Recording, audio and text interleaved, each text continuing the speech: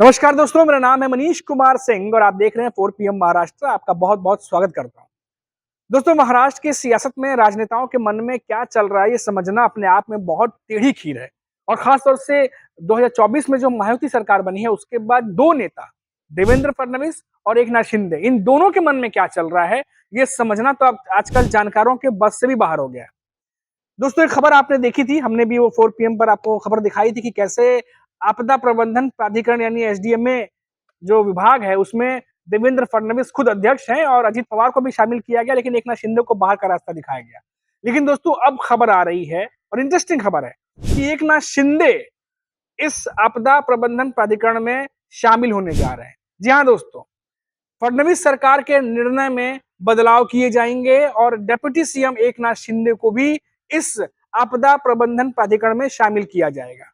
अब जब से ये खबर आई है दोस्तों, तब से लगातार अटकलें चल रही हैं कि क्या एकनाथ शिंदे ने प्रेशर बना के फडणवीस सरकार पर क्या अपना नाम भी इसमें शामिल करा लिया है। क्योंकि पहले जो लिस्ट आई थी 9 मेंबरों की, उसमें देवेंद्र फडणवीस थे, बीजेपी के 4-5 और नेता थे और अजीत पवार थे। तो चर्चा जोरों पर हो गई कि जब महायुति के 3 गठबंधन में से 2 गठबंधन के नेताओं के नाम शामिल है, तो एकनाथ शिंदे का नाम इसमें शामिल क्यों नहीं है?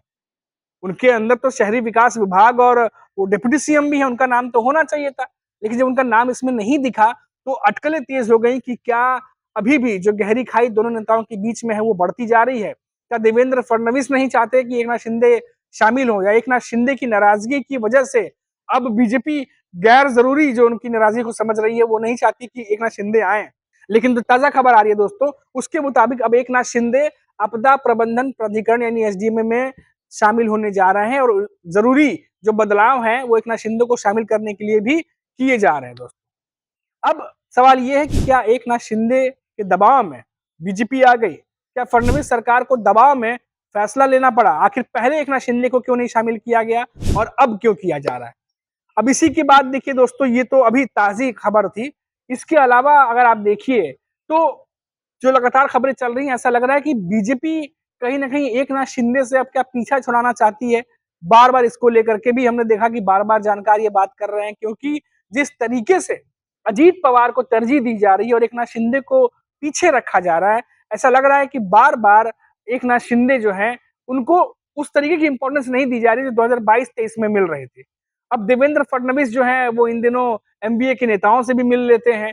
वो आजकल अभी राज ठाकरे से भी उनसे मिलने के लिए उनके घर पहुंच गए थे और वो तमाम नेताओं से वो मिल रहे हैं जो अपोजिशन में भी बैठे हैं या एक तरह से सहयोगी थे या नहीं थे और इंडिविजुअल लड़ रहे थे, उन सबसे मुलाकात देवेंद्र फडणवीस कर रहे हैं।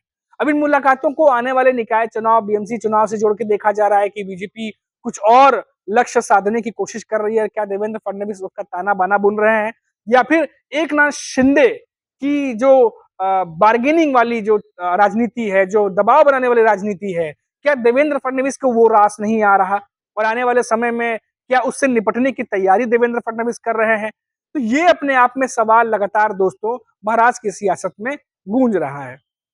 अब देखिए, एकनाथ शिंदे, पहले ही हमने आपको खबर दिखाई थी कि कैसे प्रभारी मंत्रियों को लेकर के अब तक जो है वो सॉल्यूशन नहीं निकला है।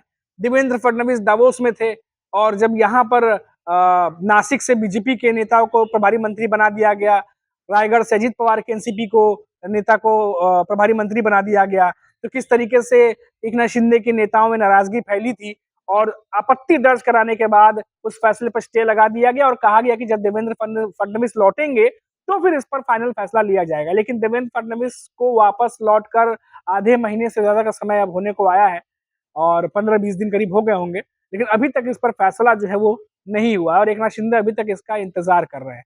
और ऐसे में जब आपदा प्रबंधन प्राधिकरण की जो टीम बनी, उसमें उनका नाम नहीं होना, उनको शामिल नहीं किया जाना, इससे जो है वो और भी ज्यादा सुगबुगाहट बढ़ गई।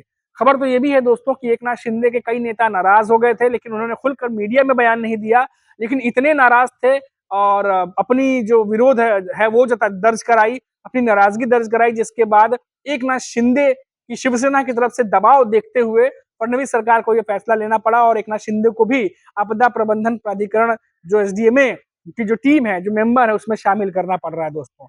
ये जो रिपोर्ट से निकल के सामने आ रही है वो मैं आपके सामने रख रहा हूं। तो पहले क्यों नहीं रखा गया? क्या पहले देवेंद्र फडणवीस नहीं चाहते थे या बीजेपी के नेता नहीं चाहते थे कि एकनाथ शिंदे इसमें शामिल हों? और अब अगर शामिल करने की बात सामने आ रही है, तो क्या वो स्वेच्छा से शामिल कर रहे हैं, खुशी-खुशी शामिल कर रहे हैं, या फिर एकनाथ शिंदे का जो प्रेशर पॉलिटिक्स है, जो उनकी दबाव की राजनीति है, उसकी वजह से उनको लेना पड़ रहा है? तो ये तमाम चीज़ें जो हैं अब वो चर्चा का विषय बनी हुई हैं।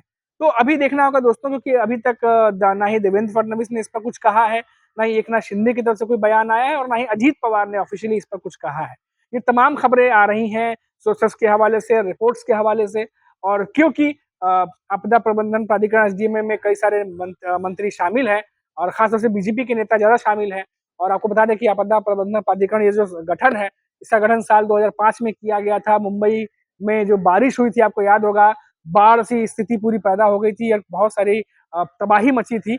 उसके बाद जो है इसका संगठन को गठित किया गया इसको, और किसी भी तरीके की आपदा से निपटने के लिए इस पर काम होता है।